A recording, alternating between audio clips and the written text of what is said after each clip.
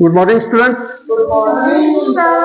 चला, आज आपण आपल्या या उपक्रमामध्ये इंग्रजी शिकण्याचा उपक्रम जो आहे तो डे 11 आपण आता सुरू करत आहोत. डे 11 मध्ये आपण प्रेझेंट परफेक्ट कंटिन्युअस टेन्स या प्रकाराकडे जात आहोत.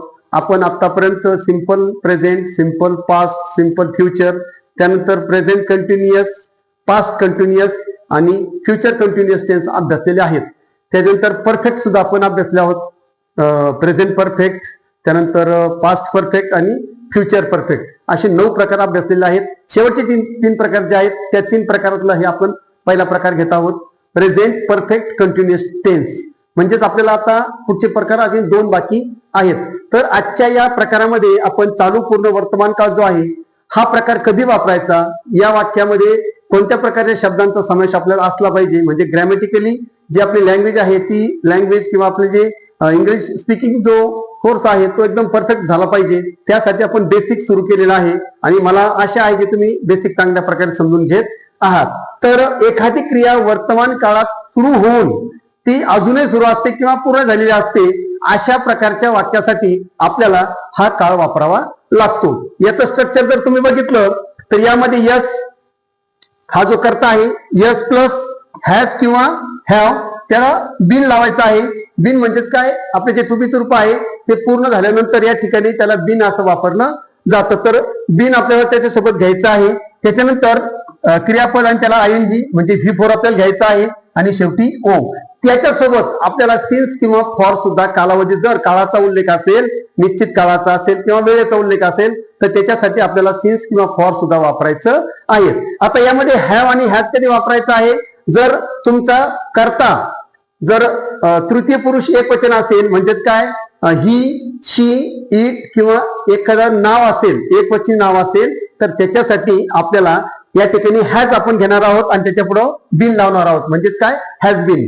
आणि जर वाक्याची सुरुवात कर्ता जर असेल, आय असेल, वी असेल, दे असेल, यू असेल किंवा अनेक वचनी नावं असतील, टीचर्स, चिल्ड्रन्स, गर्ल्स, तर अशा वेळी आपल्याला त्या ठिकाणी हॅव वापरायचं आहे आणि त्याला बिन जोडायचं आहे, म्हणजेच काय, हॅव बिन असं आपल्याला वापरायचं आहे. तर अशा प्रकारचं स्ट्रक्चर तयार होतं, यस प्लस हॅव किंवा has plus been plus V4 plus O. अशा प्रकारे आपलं स्ट्रक्चर सुरू झाल्यानंतर आता आपल्याला पुढे यामध्ये वाक्य रचनेमध्ये काय काय बदल असतात ते आपण बघू. आपण बघितलं हॅव बिन आणि हॅज बिन. या प्रकारात हॅव बिन तसेच हॅज बिन तसेच व्हर्बला आयएनजी म्हणजे V4 लावला जातो.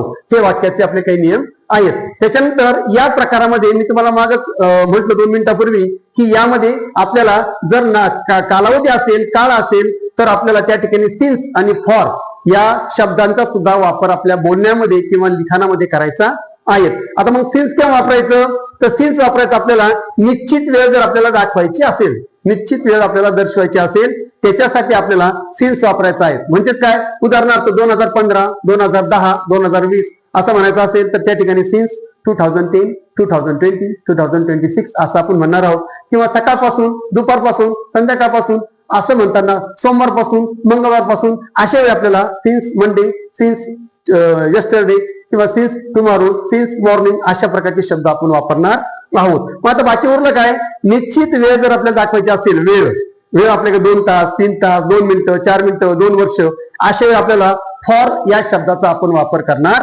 आहोत. पुढे आपण जेव्हा वाक्य बनवू तेव्हा तुमच्या सिन्स आणि फॉर कसं वापरलं जाईल याची तुम्हाला कल्पना नक्की येईल. आता आपण प्रत्यक्षात हे जे सेंटेन्सेस आहेत, या काळाचे सेंटेन्स म्हणजे वाक्य कशा प्रकारे बोलली गेली पाहिजेत किंवा लिहिली गेली पाहिजेत त्याविषयी आपण बघूया. पहिला आपण मराठी वाक्य घेऊया. मी सकाळपासून क्रिकेट खेळत आलेलो आहे. मी सकाळपासून क्रिकेट खेळत आलेलो आहे म्हणजे मी सकाळी क्रिकेट खेळायला सुरुवात केली, अजूनही मी खेळत आहे. हे मला बोलायचं असेल तर मी काय केलं पाहिजे, कसं बोललं पाहिजे इंग्लिशमध्ये, बघा, I have been playing cricket since morning. मग आय काय आहे याच्यामध्ये, यस आहे, हे आपलं सहायकारी की हॅव बीन, त्याच्यानंतर प्ले आणि त्याला I N G playing cricket since morning. बघा, सकाळपासून म्हणून सिन्स मॉर्निंग आलेला आहे. I have been playing cricket since morning. त्याच्यानंतर तू कालपासून अभ्यास करत आलेला आहेस. हे मराठी वाक्य आहे. याला मला इंग्लिश मध्ये बोलायचं असतं मी कसं बोलणार, you have been studying since yesterday. तू कालपासून अभ्यास करत आलेला आहेस. पुढचं वाक्य आहे आम्ही खो खो खेळत आलेलो आहे. असं मला बोलायचं असेल तर मी काय म्हणणार आहे, बघा यामध्ये काळाचा उल्लेख नाही, कालावधीचा उल्लेख नाही, त्यामुळे सिन्स पण येणार नाही आणि फॉर पण येणार नाही. We have been playing kho kho. एकदम सिंपल वाक्य, we have been playing kho kho. आम्ही खो खो खेळत आलेलो आहोत.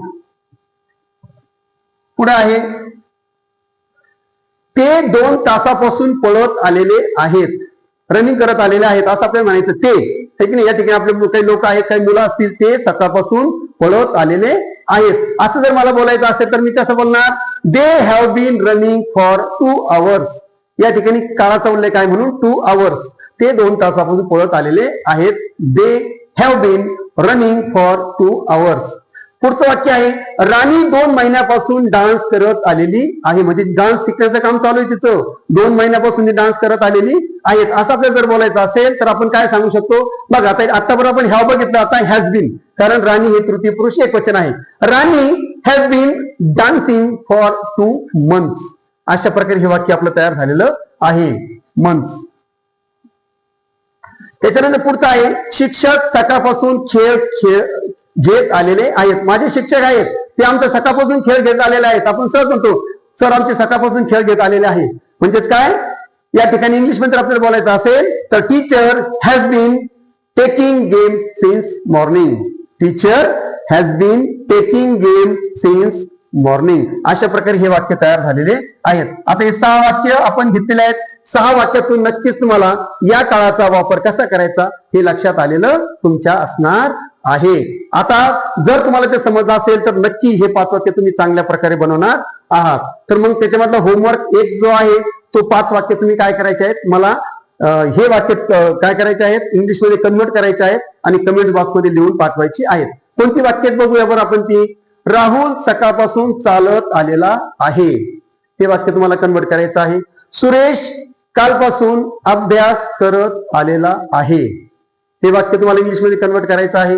सानुली 2 महिन्यापासून गणित शिकत आलेली आहे. मग या ठिकाणी 2 महिन्याचा उल्लेख म्हणजे या ठिकाणी फॉरचा तुम्हाला वापर करावा लागेल. वरच्या दोन्ही याच्यामध्ये जर तुम्ही बघितलं तर या ठिकाणी तुम्हाला सिन्सचा वापर करावा लागणार आहे. त्यानंतर आम्ही 2 मिनिटापासून बोलत आलेलो आहोत.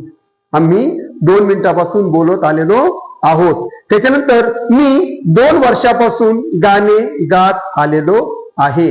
या ठिकाणी मी गाणं शिकण्याचं काम करतोय किंवा गाणं म्हणण्याचं काम करतोय, तर या ठिकाणी सहज मी 2 वर्षापासून गाणं म्हणत आलेलो आहे.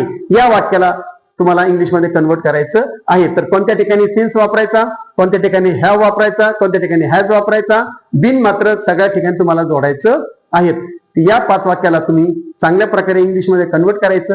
काही अडचण आली तर पुन्हा या ठिकाणी थोडा व्हिडिओ त्या ठिकाणी मागे घ्यायचा आणि आपण पुन्हा बघू शकतो. तर अशा प्रकारे हे 5 वाक्य तुम्ही तयार करायचे, कमेंट बॉक्समध्ये लिहून पाठवायची. आणि पुढचा जो आपला तक्ता आहे हा तक्ता आणखी तुम्हाला जास्तीत जास्त सराव करण्यासाठी मी देत आहे.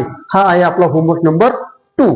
तर या ठिकाणी हे काही सब्जेक्ट आहेत, या ठिकाणी सहाय्यकारी क्रियापद आहे, हे बिन लावायचं आहे, हे V4 आहे. त्यानंतर बाकीचं आपलं उरलेलं वाक्य आणि कालावधीसाठी त्या ठिकाणी काळ आणि कालावधी कशा प्रकारे आहे त्याच्यासाठी मी तुम्हाला 4 ऑप्शन दिलेले आहेत. तर मग हेच बघूया आपण. I, we, you, he, she, they, Ram अशा प्रकारे हे सब्जेक्ट आहेत. त्यानंतर हॅव किंवा हॅज दोन्हीतून एक वापरायचं आहे. त्याला बिन मात्र दोन्हीला पण जोडायचं.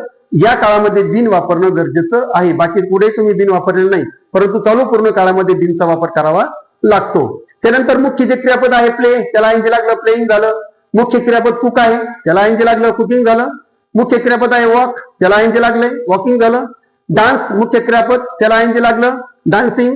रीड मुख्य क्रियापद, त्याला इंजी लागलं रीडिंग. त्यानंतर टॉक बोलणे, त्याच्यासाठी इंजी लागले टॉकिंग. अशा प्रकारे हे V4 तुम्हाला दिलेले आहेत. त्याच्यानंतर kho kho, Maggi, on the road, book, with my friend हे पुन्हा वाक्य जोडण्यासाठी तुम्हाला वाक्य अर्थपूर्ण करण्यासाठी मी काही ऑब्जेक्ट दिलेले आहेत.